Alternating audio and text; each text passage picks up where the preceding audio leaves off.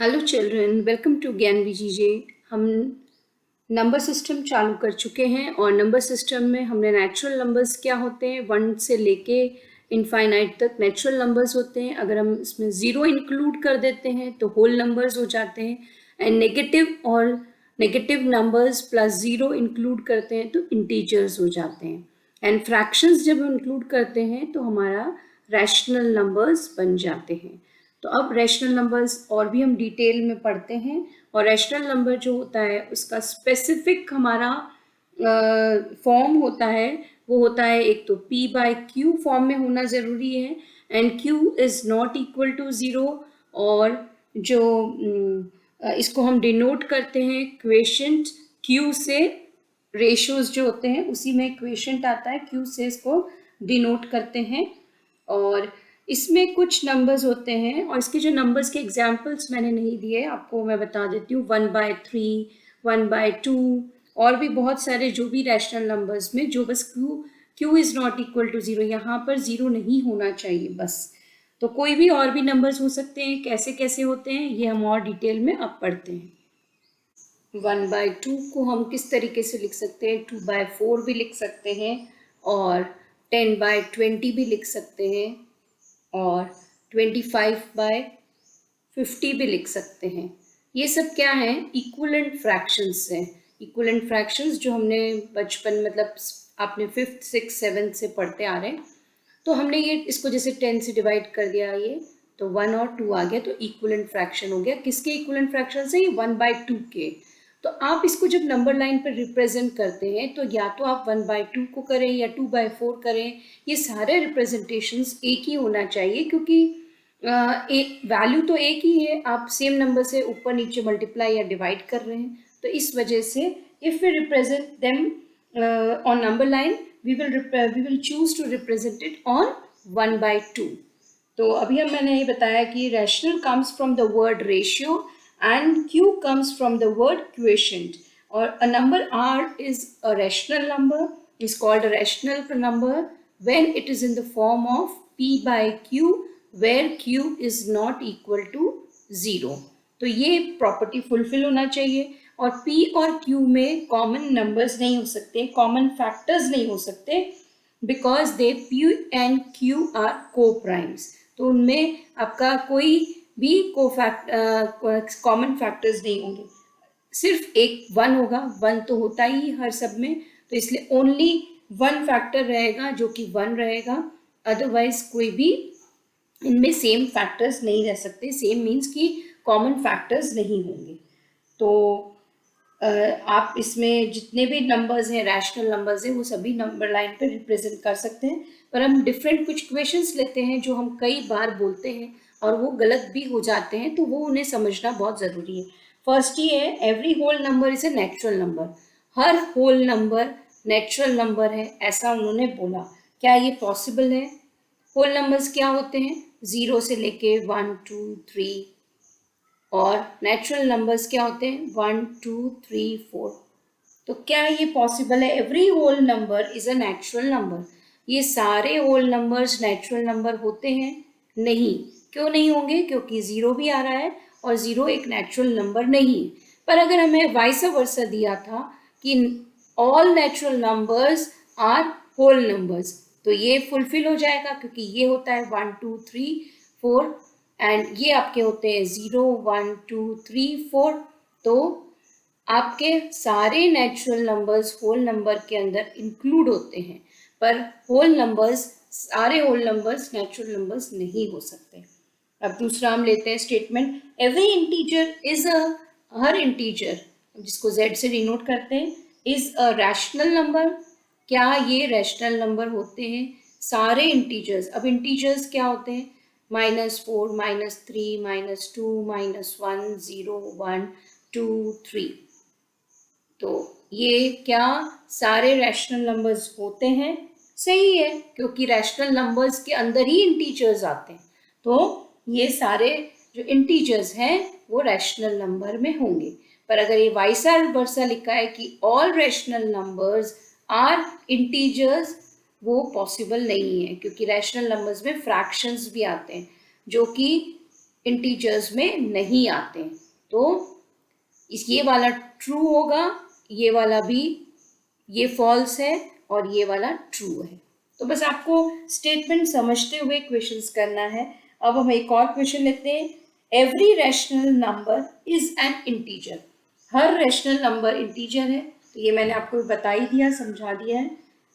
तो आपको क्लियर हो गया होगा कि कैसे इसे में ध्यान रखना है। हमने जो लास्ट पेज में डायग्राम बनाया था कि किसके अंदर क्या आता है, वो अगर आप याद रखेंगे तो ये क्वेश्चंस गलत नहीं होंगे।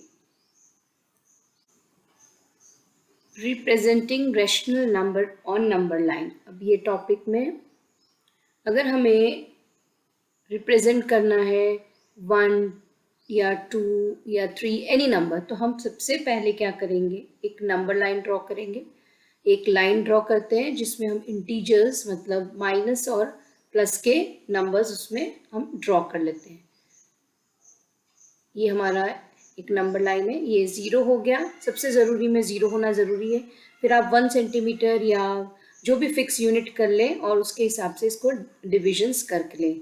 ये जैसे 1 2 3 और इधर में जो आएंगे लेफ्ट साइड में -1 -2 -3, इस तरीके से हमारे ये नंबर्स होते जाएंगे। अब आपको 1 रिप्रेजेंट करना है तो ये सिंपल है 1। तो आप ये 0 से लेके 1 का जो पार्ट है ये आपका 1 हो गया। 2 करना है तो ये वाला हो गया जाएगा ये। फिर 3 करना है तो ऐसा आपका ये 3 हो गया। तो ये तो बहुत ही इजी थे, जो आप अभी तक करते आए हैं, समझ में आपको आता है ये सारी चीज़ें। पर अब हमें रिप्रेजेंट करना है -1, तो -1 के लिए हम इस तरफ से ये हो जाएगा। पर अब हमें फ्रैक्शंस करना है, जैसे हमें दिया है 1/2 इसमें नंबर लाइन में रिप्रेजेंट करना है। तो 1/2 कौन सी प्लेस पे आएगा? एक तो पॉजिटिव साइड आएगा, क्योंकि यहाँ पे कोई साइन नहीं है तो ये पॉजिटिव है। तो 0 और 1 के बीच में आएगा या 1 से 2 के बीच में। तो सबसे पहले हम देखेंगे कि न्यूमरेटर, उसका numerator is greater than denominator या denominator is greater than numerator. अगर न्यूमरेटर बड़ा है तो आप उसे डिवाइड करके देखेंगे। जैसे हमारा एग्जाम्पल ही हम ले लेते हैं, जैसे ये 4/3 है, तो ये जो न्यूमरेटर है ग्रेटर है, तो 4/3 हम इसे डिवाइड कर लेते हैं। तो 3 1 3 और ये 1, तो 1/3 हो गया। मतलब 1 आपका होल नंबर क्या है 1, और 1/3 जो फ्रैक्शनल पार्ट है। तो 1 और 2 के बीच में आपका आएगा 1/3, जो हमें रिप्रेजेंट करना है नंबर लाइन पे।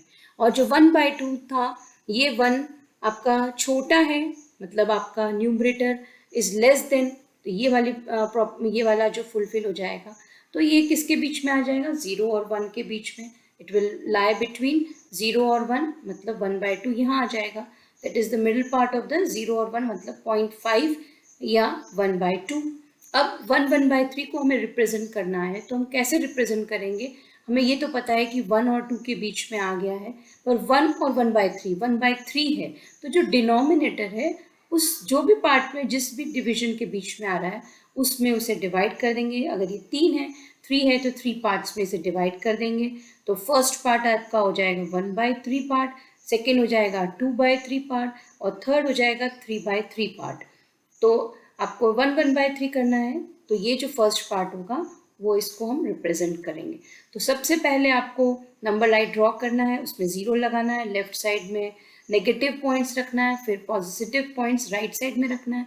फिर आपको ये देखना है कि ये न्यूमरेटर बड़ा है या छोटा है, फिर वो कौन से के दोनों के किस चीज़ के बीच में लाई कर रहा है वो आप फाइंड आउट कर लेते हैं। उसके बाद कितने डिविजन्स करके उसे करना है। कई बार 1/7 होता है, या आपको 3/7 पार्ट में आपको करना है, तो मतलब 7 पार्ट्स में उसे डिवाइड करना है।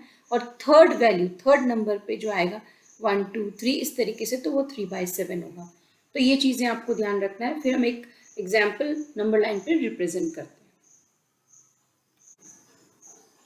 जैसे हमें 3/8 ही हमें रिप्रेजेंट करना है। अब 3/8 में आपका न्यूमरेटर क्या है? छोटा है, तो ये आपका 0 और 1 के बीच में आएगा। अब 0 और 1 के बीच में मैंने यहाँ डिविजन्स छोटे बनाए। आप अगर छोटे बनाएंगे तो उसको बहुत ही माइन्यूटली आपको 8 पार्ट्स में यहाँ पे ऐसे डिवाइड करना पड़ेगा। तो हम इसको बड़ा करते हुए हम बताते हैं कि अगर जैसे मैंने ये एक नंबर लाइन में बड़ा आपको दिखाने के लिए बना रही हूँ, पर आपको जब स्कूल में करना है, क्लास में करना है, तो एग्जैक्टली जैसा डिविजन्स है वैसे ही आपको उसको करना है। ये 0 से 1 के बीच में हमने 8 पार्ट्स करेंगे क्योंकि हमारा 8 है यहाँ पे, और ये कंफर्म हो गया कि ये 0 और 1 के बीच में आएगा क्योंकि जो न्यूमरेटर है वो छोटा है। अब 8 पार्ट्स में हमें डिवाइड करना है, तो 1 2 3 4, तो ये एक 1 2 3 4 5 6 7 और 8 पार्ट्स हो गए। 8 पार्ट्स में हमारा डिवाइड हो गया। अब ये जो फर्स्ट पार्ट है ये होता है 1/8, ये हो जाएगा आपका 2/8, ये 1/8 हो गया। ये सेकेंड वाला 2/8, ये आपका थर्ड है 3/8। तो हमको जो रिप्रेजेंटेशन करना है वो 3/8 की करना है। तो ये आपका जो है नंबर लाइन में ये 3/8 पार्ट हो गया। आपके जितने भी ये 4 5 6 7 और 8, इस तरीके से ये डिविजन्स होंगे। पर अगर हमने दे दिया कि ये हमें 2 3/8 है या 8 है 16 प्लस 3 का, या ऐसे दिया है, अगर ऐसे नहीं दिया है, मिक्स्ड फ्रैक्शन में दिया है, तो आप उसे कन्वर्ट करके करेंगे।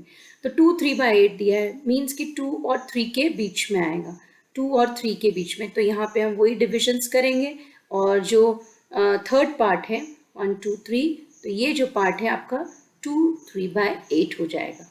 तो ये आपका यहाँ से सेंटर से इस 0 से स्टार्ट होके यहाँ पर एंड होगा, दैट इज 2 3/8। तो इस तरीके से हम नंबर लाइन में रैशनल नंबर्स को रिप्रेजेंट करते हैं। ये कुछ क्वेश्चंस हैं जो आप नंबर लाइन पर रिप्रेजेंट करें तो आपको प्रैक्टिस अच्छी हो जाएगी। प्रैक्टिस अच्छे होने से क्वेश्चंस में क्लैरिटी आएगी, क्योंकि हम आगे इरेशनल नंबर्स करने वाले हैं, तो उसके पहले ये 4 टॉपिक्स हमें अच्छे से समझना बहुत ज़रूरी है। तो आप ये क्वेश्चंस करें, और कुछ प्रॉब्लम हो तो मुझे आप कमेंट सेक्शन में पूछ सकते हैं। टिल देन बाय, हम नेक्स्ट वीडियो इरेशनल नंबर्स का लेकर आएंगे। Thank you for watching Gyanvi ji.